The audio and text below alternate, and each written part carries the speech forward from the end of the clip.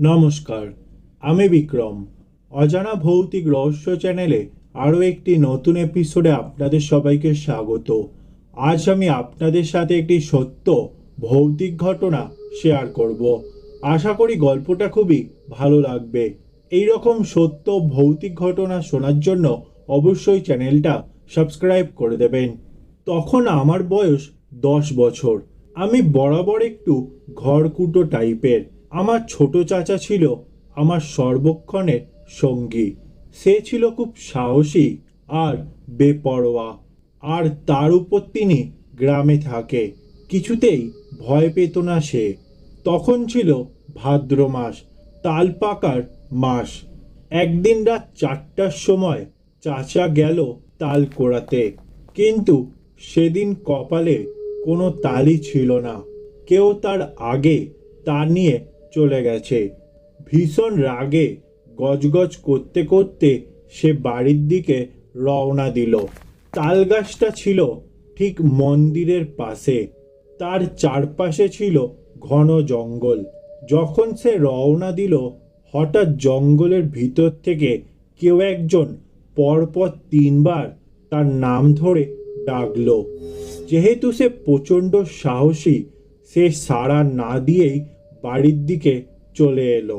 কিন্তু তারপর থেকে তার মনে হয় কেউ তার উপর সব সময় নজর রাখছে। সে আমায় সব বলল, আর বলে আমি যেন তা কাউকে না বলি। আমিও তাই করলাম, কাউকে কোনো ঘটনাই বললাম না। জানুয়ারির 2008 সাল, রাত তখন 12টা বাজে। বাড়িতে মেহমান, তাই সে বাথরুমে গেছে। তো বাথরুম সেরে সে বাইরে এলো। হঠাৎ লাইটের আবছা আলোয় সে দেখল একটি মানুষের মতো অবয় তার সামনে দিয়ে পূর্ব থেকে পশ্চিম দিকে চলে গেল। যেহেতু গভীর রাত, সে ভাবল হয়তো চোর এসছে, তাই চাচা তার পিছু নিল। আমাদের বাড়িতে 4টে রুম। আমাদের ঘর দক্ষিণ মুখ। ঘরের ঠিক সামনেই একটা বিশাল বড় পুকুর। পুকুরের পাশেই বাথরুম। চারপাশে জঙ্গল, তারপরে মাঠ।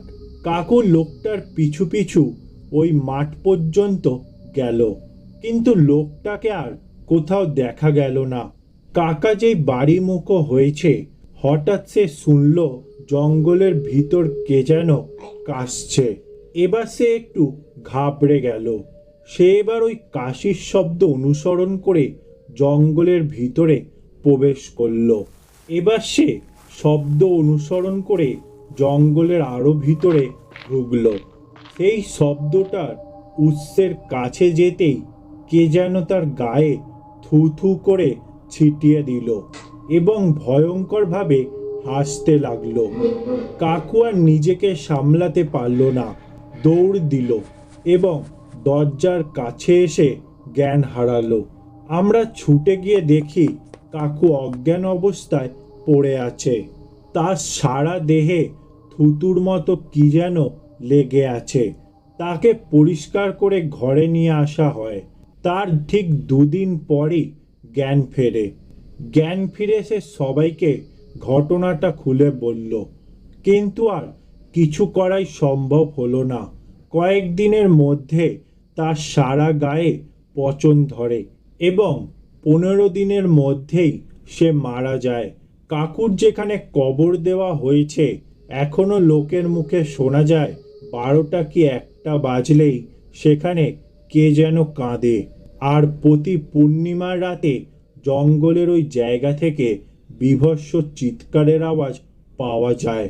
আমরা কেউ রাত 10টার পরে বাইরে বেরোই না। কাকুর কথা আজও খুব মনে পড়ে, আর মনে পড়ে ওই ভয়ঙ্কর রাতের কথা। কাকুর মৃত্যু আজও আমাদের কাছে রহস্য। আরও অবাক লাগে একবার থুতু দিলে কিভাবে একজন পূর্ণবয়স্ক মানুষ পুরোপুরি ভিজে যায়। এই ছিল আজকের সত্য ভৌতিক ঘটনা। গল্পটা ভালো লেগে থাকলে লাইক, শেয়ার ও কমেন্ট করে দেবেন। এই রকম সত্য ভৌতিক ঘটনা শোনার জন্য অবশ্যই চ্যানেলটা সাবস্ক্রাইব করে দেবেন।